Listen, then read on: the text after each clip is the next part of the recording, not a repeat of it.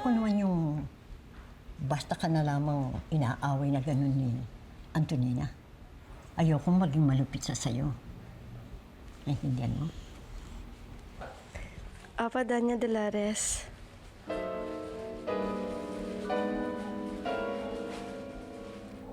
Love you, Lola. Love you, Antonina.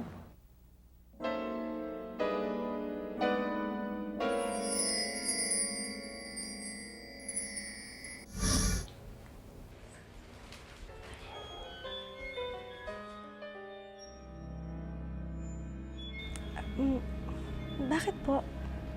Sino ang nagturo nito sa'yo?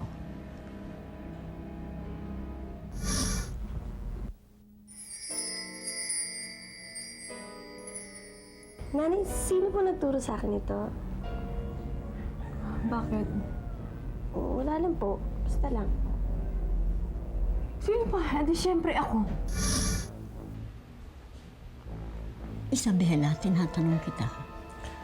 Sino nagturo nito sa'yo?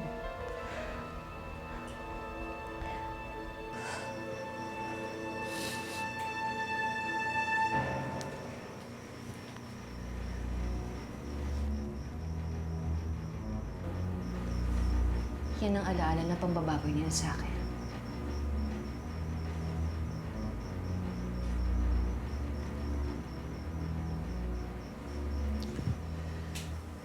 Sinasabi ko na nga ba na hindi mo ako matatanggap?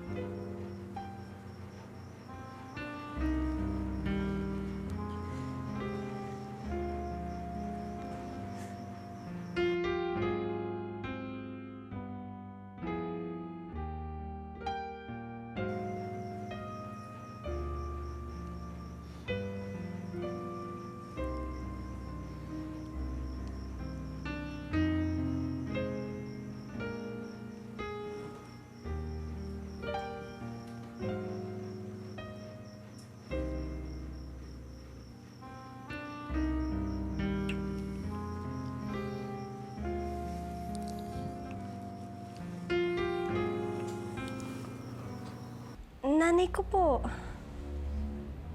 Nanay mo? Opo, kasi yun na po yung naging kaugalian namin kapag ka po nagpapasalamat ako sa kanya at saka pag gusto ko pong sabihin, mahal ko po siya. Pero nakikita mo rin kami ni Antonina na ginagawa yun, di ba? Opo. Kaya nga po nagtataka ako eh.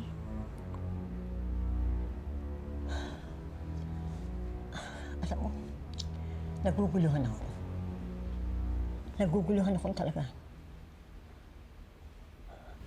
Sige na. Lumabas ka na. Teka. Huwag mong gagawin niya maski kanino. Pinagbabawalan kita. Naintindihan mo? Opo, Doña Dolores. Sige na. Lumabas ka na.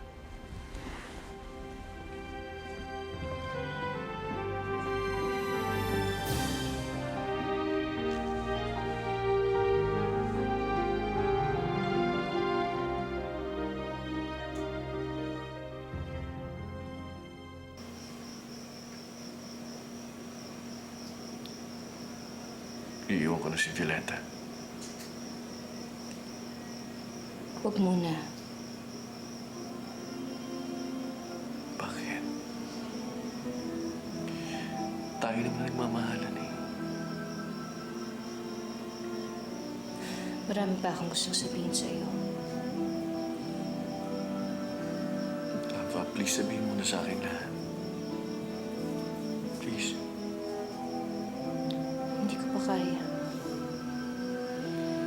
bang sinabi ko sa'yo kanina? Hindi na akong dating Avang nakilala mo.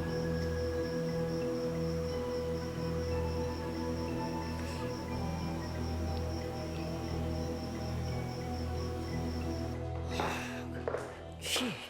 Akala ko nahuli na ako eh. Bakit hindi mo kaagad nabuksan? Paano pinalitan nila yung kombinasyon? Palagay ko ngayon lang yun eh. Mabuti na lang. Dala ko ang gamit ko. Gamit? Anong gamit? Gamit sa pagdarasal. Akong bahala sa kahadiyero ni Dolores. Humingi ng sorry kay Isabela. Eh, di pa nga siya lumalabas mula sa kwarto May ni kerengkeng. Doña Dolores eh. Ano ba ginawa mo sa kanya? Pagbuhatan ko kasi siya ng kamay eh. Pero pinagtanggol pa rin niya ako sa lola. Ba't mo nagawa yun? Hinggit kasi ako sa kanya eh. Siya nga naiingit sa'yo eh. Bakit? Dahil sa material na bagay na meron ako. Hindi mo ba alam na meron siya nang wala ako? Wala akong Santi. Wala akong tulad mo. Ha? Hawakan mo.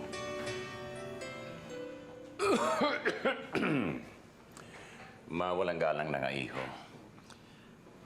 Gusto ko lang sana makausap ang apo kong mahal. Sandali lang.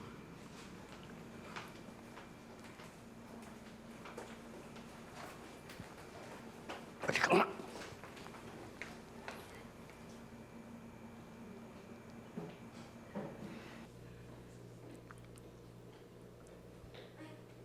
Nandiyan po pala kayo. Inaway ka daw ng pamangkin kong hilaw? Hindi po. Nasabihan lang po ako. Naku, tinan mo nga yung mukha mo. Wala sa mukha mong sinungaling. Halika nga rito, halika. Mag-usap tayo.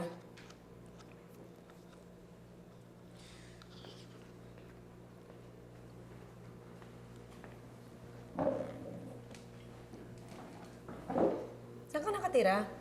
Sa Marikina po. Marikina? Naku, doon din ako lumaki. Kaya lang, ang laki ng Marikina, no? Bago lipat lang po kami ng nanay ko dun eh.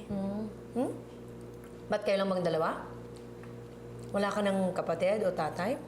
Wala po. Kasi sabi sa akin po ng nanay ko, nung pinanganak daw po ako, namatay na yung tatay ko. Hindi mo na nakilala ang tatay mo. Ano bang pangalan ng nanay mo? Elsa po. Elsa? Elsa Garcia po.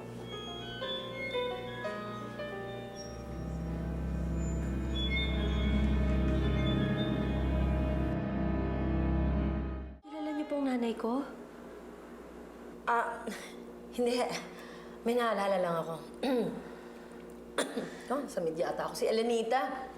Ang kaklase ko nung high school ako sa Marikina. Yun ang naalala ko. Kala ko po kilala niyo na yung nanay ko eh. Napakabait siguro ang tao ng nanay mo, no? Opo, mabait po talaga. Alam niya bang dito ka nagtatrabaho? Miss Violeta, huwag niyo pong sasabihin sa nanay ko dito ako nagtatrabaho kasi sikreto lang po namin to ni Rodolfo eh. Si Rodolfo po nagpasok sa akin dito. Hindi ko po sinabi sa nanay ko eh. Bakit? Ano nangyari? Kasi po, galit po siya sa San Victores. Hindi ko po alam kung bakit, pero yun po nararamdaman ko eh. Kaya nga po kinabahan po ako. Akala ko kilala niyo na yung nanay ko eh. Elsa. Elsa Garcia.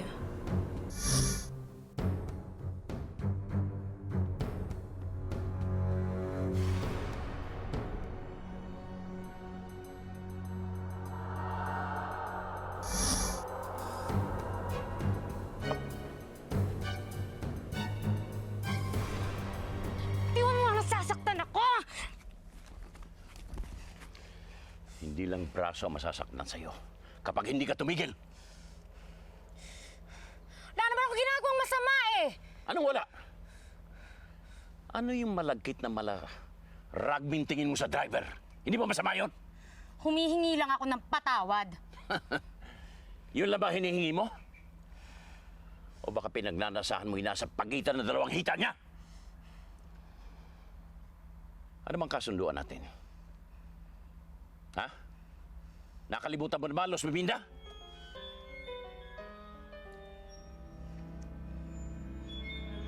Mga walang niya! Ay, sabi sa'yo, bitawan niyo ako! Hey! Hey!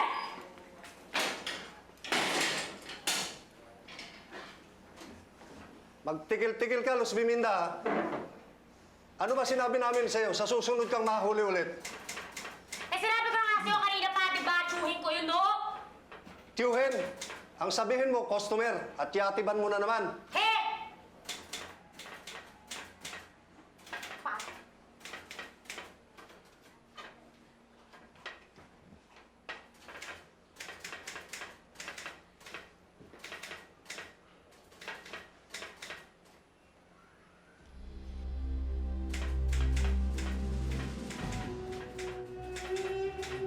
Balatan mo na sa akin yan, Chief.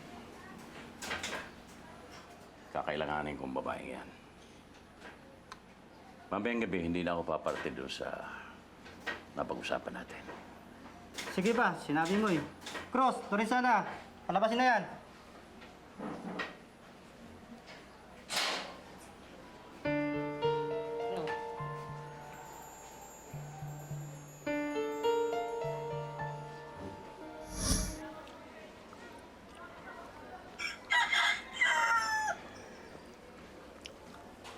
Kaya ba? Well, haircut at blow dry lang kailangan nito. Pero ang damit, Ako nang bahala dyan. Bibigyan kita ng perang pambili.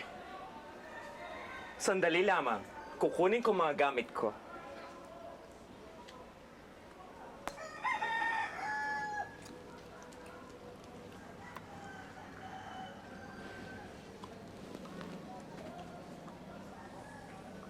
Ano pangalan mo?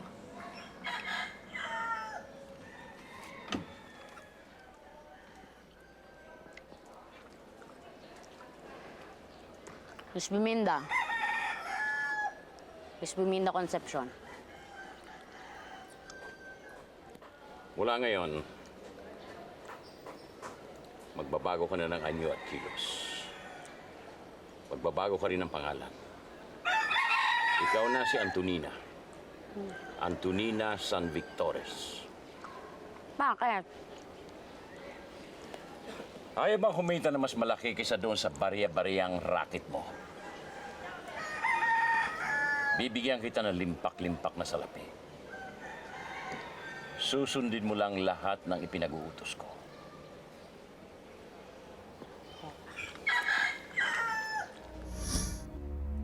Wala sa kasunduan natin na iibig ka kahit kanino. Naintindihan mo ba? Ha?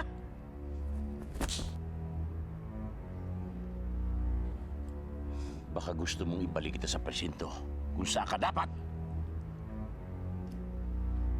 Mag-ayos ka nga.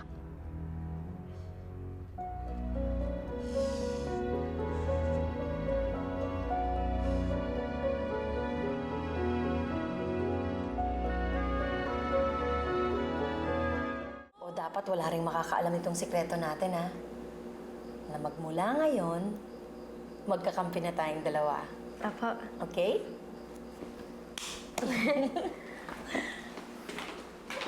Naku, sinasabi ko na nga ba't hindi talaga ako nagkamali sa pagkakakilatis ko sa'yo. Antonina San Victores. Ano ang ibig niyo sabihin? Ay naku, Chong. Mag-ingat kayo sa apu-apuhan ninyong ito. Santo-santitang naturingan eh. Demonyita naman pala. Isabela. Isabela, pasensya ka na sa nangyari kanina. Sorry talaga. Ay, kalimutan mo na yun. Alam mo, tinanong nga ako ng lola mo pero hindi ko sinabi yung totoo. Ka naman ganyan, ang bait-bait mo eh. Ganun talaga ugali ko eh. Pasensya ka na talaga ha. Okay lang yan. Sige, una na. Sige.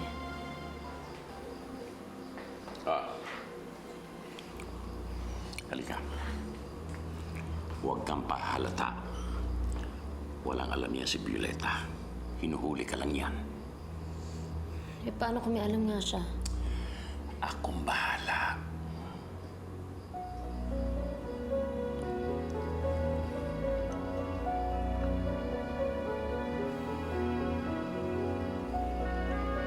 Pag natapos na ang lahat ng ito, ako na mismo ang pipilit sa'yo na lumayo dito.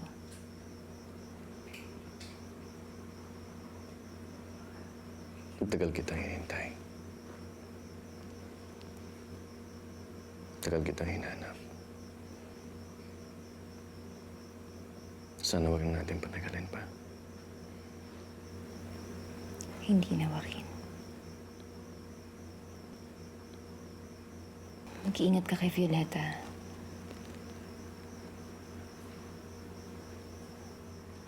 Ikaw din. Saan? Sa mga ginagawa mo ngayon na hindi mo masabi sa akin.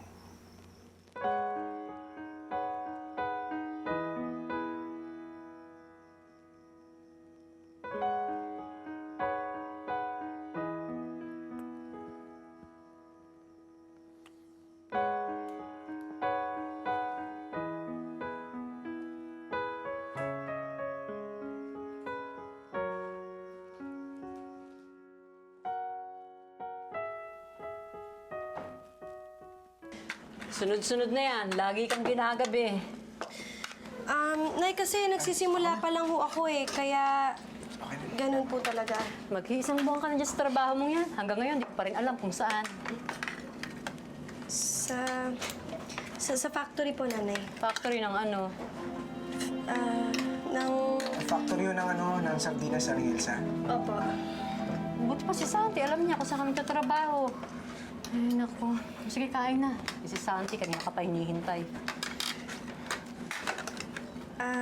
Nay? May tatanong po ako.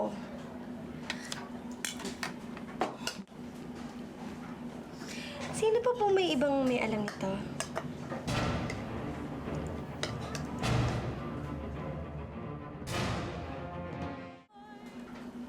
Bakit mo tinatanong? Po? Wala po. Natanong ko lang po. Isabela, magsabi ka sa akin ng totoo. Saan ka nagtatrabaho? Sa factory nga po, nanay. Santi, subukan mo tong ginataan ni nanay. Alam mo, masarap siya magluto ng ginataan. Ay, meron ka na. Ito na lang. Itong machado masarap. Salamat. Okay na to. Nay, kain na.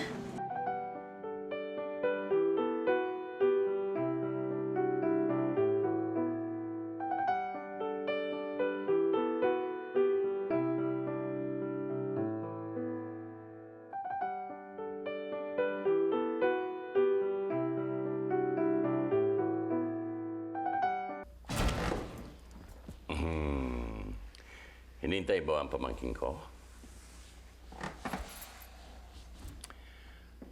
Baka may kinatatagpo yun. Sa bagay, gwapo naman ang pamangkin ko. Tiyak na maraming magagandang mga dalagang maluloko roon. Sa kwarto ko na lang hintayin yung asawa ko. Oo na. Tiwan mo nga ako. Kaya ba mag-usap muna tayo? Bakit? Hindi ba nagustuhan yung halik ko lang sa kamay? Gusto bang halikan kita sa labi? Tigre! Palaban sa kama. Huh.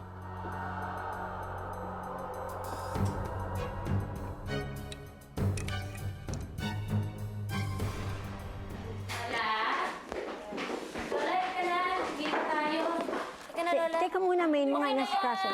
Baka mahuli tayo na. Kakapit ka naman kayo sinabi at yun mo naman yan, dahil ko pang ginagawa eh. Oo.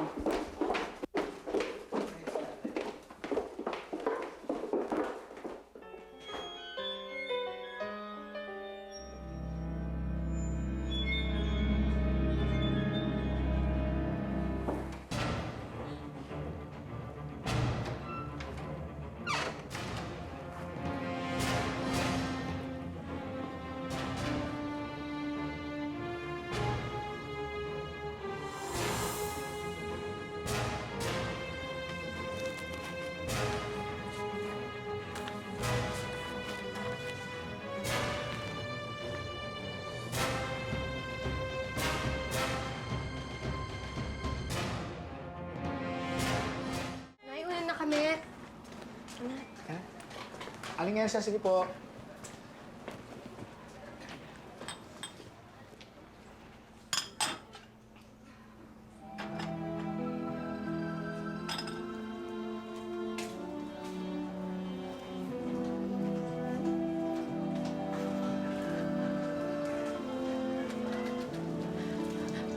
Alan! Alan!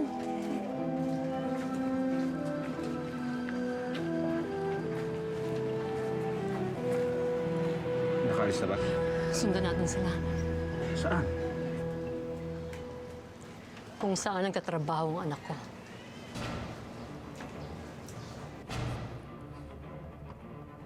Apura kayo ng apura sa akin, kaya ang dami ko tuloy nakalimutan eh. Dolores! Sandali lang!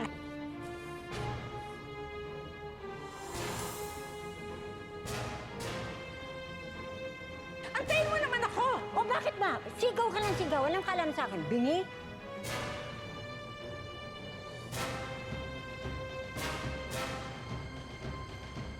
Baka madapa ka! Eh, problema ka ngayon, ano?